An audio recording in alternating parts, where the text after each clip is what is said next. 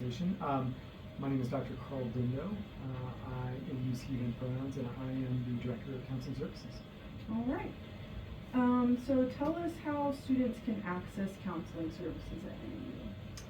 There's a variety of ways that you can access services here. First and foremost would be you can come straight over to Campus Health here at the Health and Learning Center on North Campus and just request a counseling appointment.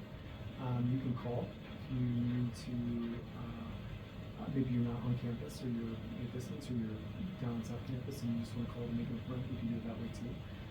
For more immediate or urgent needs, you can actually come in or call as well, and you can be seen that day. We do have dedicated crisis spots available all day. So our hours are obviously 8 to 5, and so within those time frames, if people need to be seen, they can just contact us any of us. Great. And then are counseling services free to students, or is it a cost involved? Great question.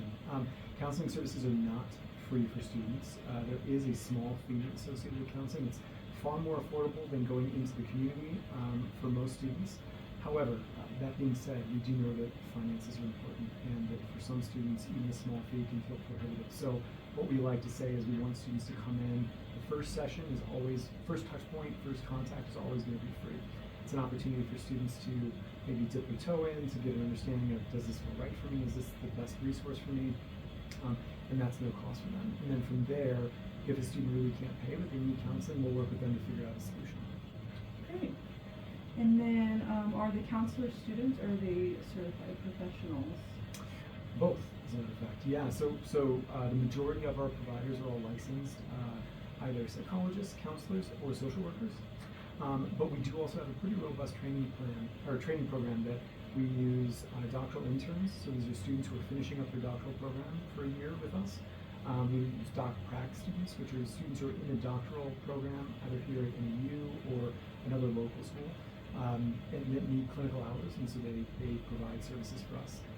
And then our master's internship is also another place for our training program. We have students technically, but all of those trainings are supervised by licensed professionals. So all of their work, their notes, they video record sessions, so all of that work is overseen by a licensed or credentialed person. Awesome. And then are there any mental health resources that are tailored specifically to LGBTQ plus or international students? Yes, absolutely. I think we've worked really hard in the last number of years to try to figure out how we reach out to certain communities that maybe wouldn't otherwise either seek out and or access services here in traditional ways. So a number of our counselors here on staff actually who have a personal or vested interest in just supporting those communities will actually go out and offer support groups and or embedded hours across campus. So we have a counselor, for instance, who spends some time over at the Office of Inclusion. We have another counselor who does some work with campus living in the gender inclusive housing.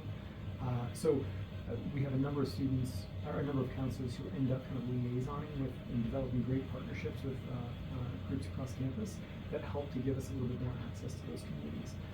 But all of our counselors here, even at the counseling center, are trained in multicultural approaches and culturally responsive counseling so that any student from any walk of life, background, cultural identity, ideally can come in and be seen and hopefully feel affirmed and seen and understood here by anybody that they might connect with.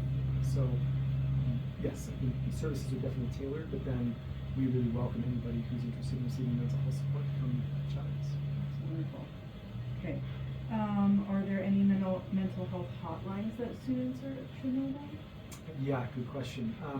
I think the first that comes to mind is Jack's Care 24/7.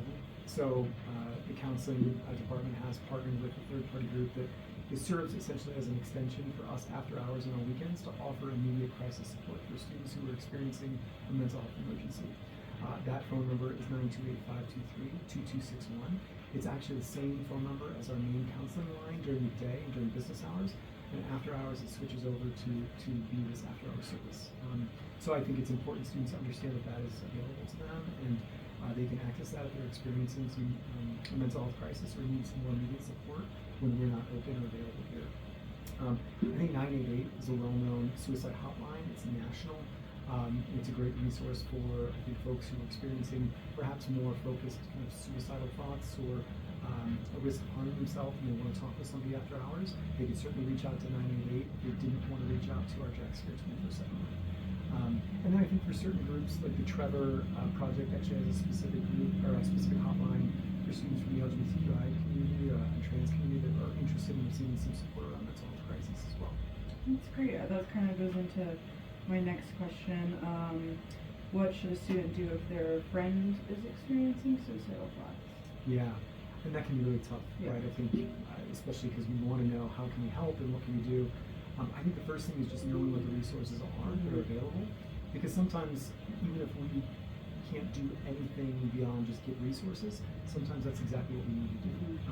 So if with a friend, a colleague, a partner who's experiencing a mental health crisis, I think it's first just how can I support you? Have a conversation, check in with them, and maybe even ask them, what do you need? Would it be helpful for me to offer resources? Would it be helpful for me to even take you over to the counseling center for a crisis appointment? I think just kind of checking with that person and empowering them to make a choice for themselves can be helpful. But then other resources are obviously, we do have our dedicated crisis times available all day. I think we've also done some really important work around trying to train a number of faculty, staff here at NAU, and even advisors into how do you support a student who might be in distress. So sometimes maybe professional level help with a counselor isn't what's needed, but maybe it's more, I want to go talk to a faculty member I trust or my advisor. And so hopefully those folks will also be able to not only support and validate, but also to connect to resources that might be appropriate as well. And then after hours resources, like I've mentioned before, I think those are always available to students. We encourage people to utilize those because mental health crises don't just happen during the day. Right. Well, thank you so much for talking to me. I really appreciate it. Absolutely. Thanks for the opportunity.